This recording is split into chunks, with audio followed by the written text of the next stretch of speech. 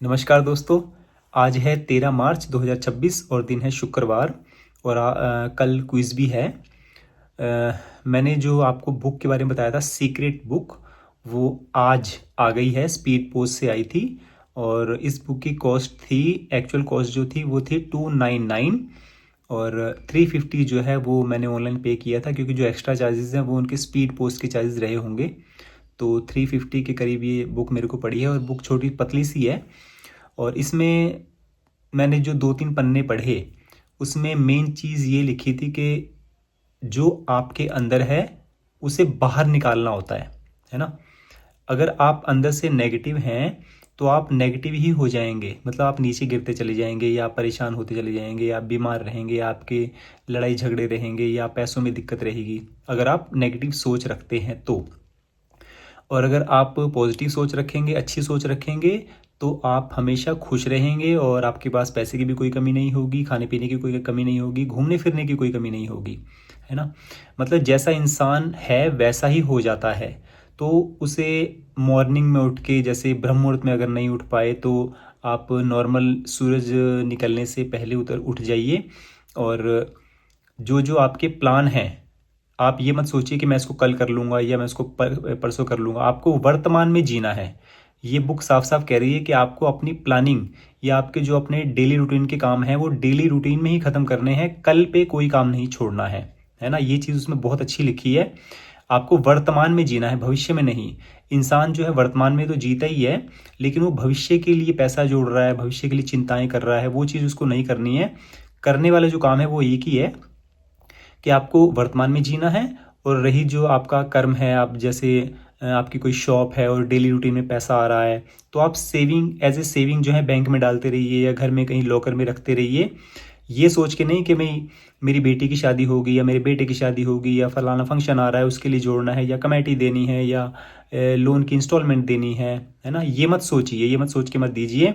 आप daily routine में savings जो है वो अपने लॉकर में, जो भी आपकी तिजोरी होगी या आपका कोई ऐसा आपने बॉक्स बना रखा होगा, कोई पर्स रखा हुआ होगा, उसमें आप पैसे डालते जाइए, है ना। क्योंकि ज़रूरी नहीं है कि वो पैसा आपका भविष्य में आने वाले समय में काम आए, जो 2 साल बाद आने वाला है या 10 साल बाद आने वाला है। तो वो पैसा आपका आज भी लग सकता है, कल भी लग सकता है, परसों भी लग सकता है। तो आप डेली रूटीन में कमा रहे हैं तो डेली रूटीन में 10% के करीब, या अगर 10% नहीं हो सकता तो जितना कमा रहे हैं उसका 5% जो है आप सेविंग में डालते रहिए, है ना। तो ये सीक्रेट बुक में लिखा हुआ है। ये अभी मैंने 2-3 पन्ने ही पढ़े हैं, बाकी जैसे जैसे होता रहेगा वो चीज़ मैं आपको बताता रहूँगा। और बहुत ही काम की चीज़ है, मुझे तो बहुत पॉजिटिविटी लगी इस चीज़ में, जो मैंने आपको पिछले 2 दिन से बताया है कि जिस ब्लॉग पे, जिस वीडियो पे मेरे 50 व्यूज से कम रहेंगे तो मैं 100 रुपीज़ कम करता चला जाऊँगा। तो आज कल कल के ब्लॉग में भी मुझे 14-15 व्यूज़ आए हैं, है ना।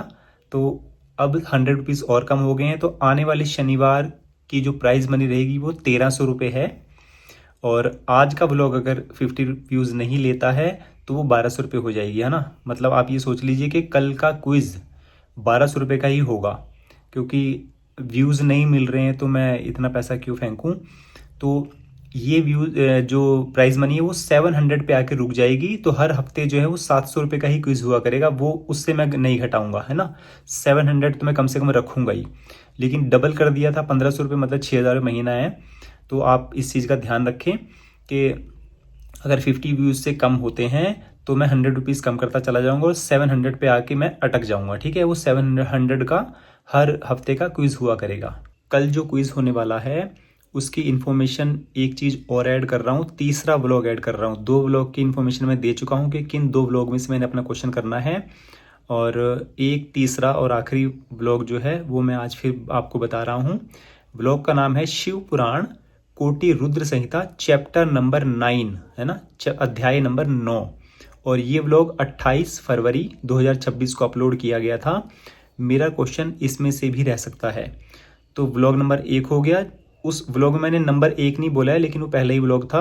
फिर मैंने बोला व्लॉग नंबर 2, और आज का हो गया व्लॉग नंबर 3। ये 3 व्लॉग हैं और इन 3 व्लॉग में से मैं अपना क्वेश्चन रख सकता हूँ और वो कल होगा। कल शनिवार है और तारीख रहेगी कल 14 मार्च 2026। और आपको कुछ मोटी मोटी कंडीशन बता देता हूँ कि जो लोग गलतियाँ कर रहे हैं, मैंने पिछले ब्लॉग का जो रिजल्ट निकाला था संडे को, उसमें लोगों ने 2-3-4 लोग थे ऐसे जिन्होंने गड़बड़ की थी, और मैं नाम नहीं लेना चाहूँगा, लेकिन वो ध्यान से सुने कि 9 बजे क्वेश्चन शुरू हो गया था और 9:10 पे जो है क्विज़ ख़त्म हो गया था, है ना। 10 मिनट दिए गए थे। कुछ लोगों ने चालाकी क्या खेली कि 10 मिनट में रिप्लाई तो कर दिया, लेकिन उन्होंने यूट्यूब के कमेंट में जय श्री राम नहीं लिखा था। जय श्री राम उन्होंने 2 घंटे के बाद लिखा है ना। तो आप ऐसी गलती ना करें, क्योंकि इस बार अगर ऐसा होता है तो आपका नाम विनर लिस्ट में नहीं लिया जाएगा। पहले आप जय श्री राम लिख के आप जहाँ मर्जी जाते रहो, कोई प्रॉब्लम नहीं है। पहले आपने जय श्री राम लिखना है, उसके बाद आपने आंसर की तैयारी करनी है। लोग पहले आंसर की तैयारी करने लग जाते हैं और जो है जय श्री राम बाद में लिख रहे हैं, या तो भूल गए होंगे या उन्होंने जानबूझ के ऐसा किया है, क्योंकि ये चीज़ें मुझे पता चल जाती हैं ना। कमेंट में भले ही टाइम नहीं आता, लेकिन इतना अंदाज़ा लग जाता है। तो या तो आप पहले जय श्री राम लिख दीजिए, उसके बाद आप आंसर ढूंढना शुरू कीजिए। तो दोस्तों, मैंने आपको क्विज़ की इन्फॉर्मेशन भी दे दी है। तो आज के व्लॉग में इतना ही था। अब दीजिए इजाज़त। जय श्री राम।